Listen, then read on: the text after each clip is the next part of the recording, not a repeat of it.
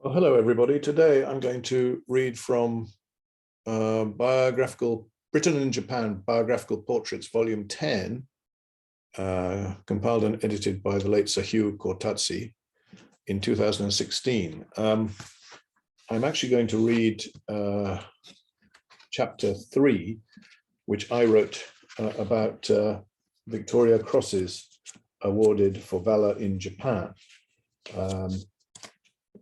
Title, in fact, is Victoria Crosses awarded for valor in Japan, Duncan Boys, Thomas Pride, William Seeley, and Robert Gray. This is pages 37 to 44 of this rather fine paperback. That includes the endnotes. All right, so here we go. Introduction. The Victoria Cross, VC, is Britain's highest military decoration, awarded for valor in the face of the enemy. It may be awarded to a person of any military rank and to civilians under military command. It is first in the order of wear of decorations. There have been 4 VCs awarded for action in Japan, though only 2 have been awarded to Britons, British people, Duncan Boys and Thomas Pride. The other 2 were awarded to an American, William Seeley, and a Canadian, Robert Gray, and as such, they could not be subjects for portraits within the criteria for the Britain and Japan Biographical Portraits series. This essay focuses on Duncan Boys, VC, that's B-O-Y-E-S, being the best known and arguably most tragic of the quartet. It will not go into the reasons for the naval bombardment of Kagoshima, 1863, and the naval and military action at Shimonoseki, 1864, which have been fully explained and discussed elsewhere. So, Duncan Boys. There we are, there's Duncan Boys in his midshipman uniform, okay. I have a particular link with Boys in that he attended Cheltenham College for a short time, which was the school I attended. So anyway, Duncan Gordon Boys in his midshipman's uniform. We've just seen the photograph, rather blurred. Duncan Gordon Boys was born at 3 Paragon Buildings, Bath Road, Cheltenham, Gloucestershire, the son of John Boys on the 5th of November, 1846. His sister, Louisa Mary, was later to marry Thomas James Young, who won a VC at Lucknow during the Indian Mutiny on the 16th of November, 1857. Duncan was educated at Cheltenham College, founded 1841, noted for its classical and military traditions. From there, he joined the Royal Navy via Northgrove House Academy. He was first assigned to HMS Euryalus on the East Indies Station. That's Euryalus. Duncan Boys was a midshipman throughout his brief naval career. This rank has no equivalent in the other 2 services. It is an officer's rank above naval cadet and below sub-lieutenant. In effect, it is an officer in training, and Boys would have expected promotion in due course, regardless of his glorious feat performed at the age of 17. Depending on the size of the unit to which a midshipman, middy in the jargon of the period, is attached, he may mess in the officer's wardroom in a small ship or with the lower ranks in a larger ship such as the HMS Euryalus. So where he gets his meals is where he messes, as they say, in the Navy. There have so far been 6 Royal Navy ships named Euryalus after one of Jason's Argonauts. The one on which Boys served was the second of that name, weighed 2,371 tons, and was Admiral Sir Augustus Leopold Cooper's flagship at the bombardment of Kagoshima on the 16th of August, 1863, and at Shimonoseki on the 5th to the 6th of September, 1864. These are actions mentioned, by the way, in A Diplomat in Japan, Ernest Sato's book.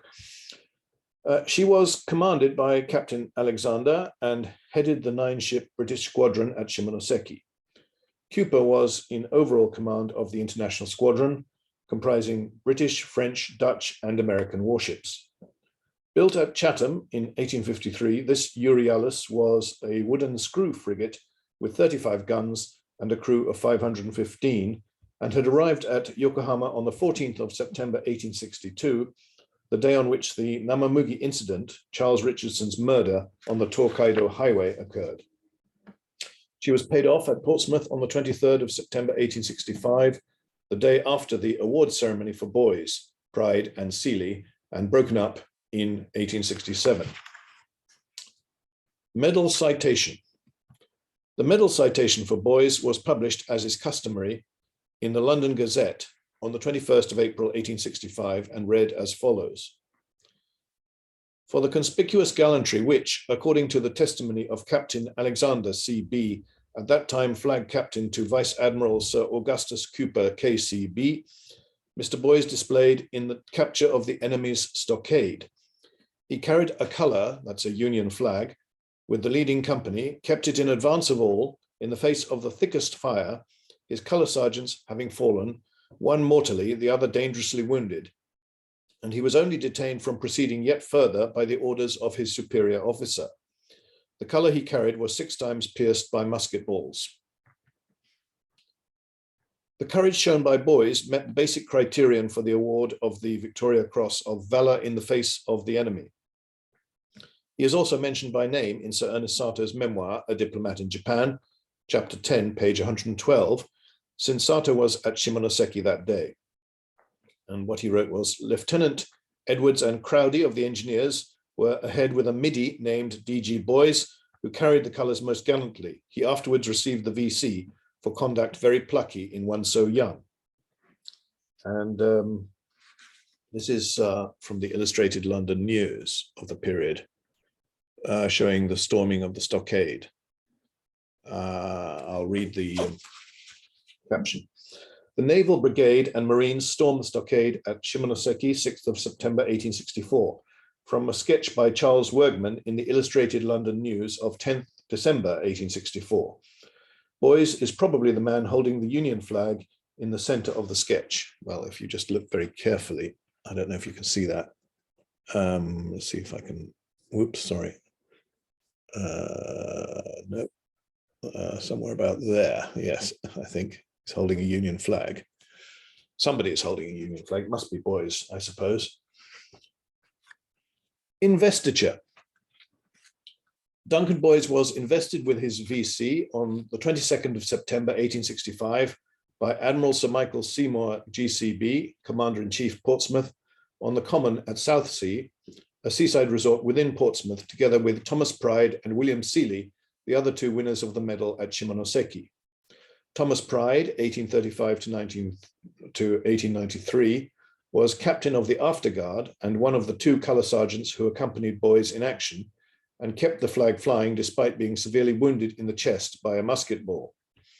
William Henry Harrison Seeley, 1840 to 1914, was an ordinary seaman of the Euryalus and the first American to receive the VC, gained for a daring reconnaissance to ascertain the enemy's position, and for taking part in the final assault despite being wounded by grape shot in the right arm. There is no mention of Boys being wounded, and he appears not to have been. The ceremony was public and formal by special command of Queen Victoria, and it was attended by huge numbers of people, including 2 veterans of the Crimean War, 1854 to 6, Hugh Talbot Burgoyne, VC, and John Comerell, VC. The medal had originally been founded by royal warrant of Queen Victoria, issued on the 29th of January, 1856, to honour acts of valour during the Crimean War. Boys after the investiture. And here we have a photograph of boys in civilian clothes. There we are. Sorry, not. Can you see that? Good, hope so. Duncan Boys' short life took a turn for the worse after the high point of the investiture. On the 9th of February, 1867, he and another midshipman serving in the Cadmus, HMS Cadmus, were court-martialed for disobedience of the Commander-in-Chief's standing order after they broke into the naval yard at Bermuda after 11 p.m., presumably attempting to return to their ship. The warder at the main gate had previously refused them admittance since they did not have a pass. Both men admitted their guilt and were sentenced to be dismissed from the Royal Navy. While the disobedience was clear and a serious breach of regulations occurred, the punishment meted out was harsh, in keeping with naval discipline at the time, and there were apparently no second chances allowed, nor, curiously, was the fact that Boys was a recipient of the Victoria Cross enough to save him. Was Boys perhaps rather arrogant and unrepentant?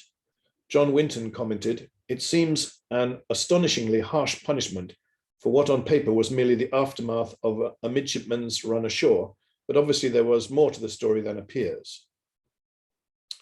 This is in John Winton's book about naval Victoria Crosses, which is titled, just a moment, if I can find it.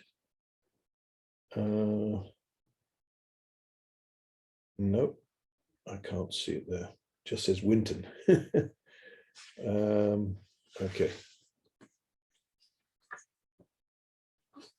All right. Okay, let's continue. Whatever the truth may be, the deep disgrace of dismissal and presumably the loss of a career which meant so much to him was too much to bear for Boys. He began to suffer severe fits of depression and turned to alcohol for solace. For the sake of his health, he went to New Zealand to work with his elder brothers on their sheep station at Kawarau Falls near Queenstown in Otago province. But the scandal followed him there. He suffered a complete nervous breakdown and took his own life on the 28th of January, 1869, at Dunedin on the South Island of New Zealand, aged just 22 years and 2 months.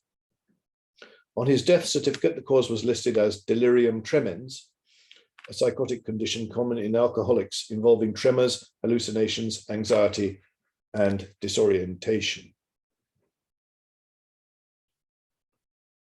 Duncan Boys was at first buried locally in the Southern Cemetery, Viking style, i.e. with just a stone at his head and feet, but the grave fell into disrepair.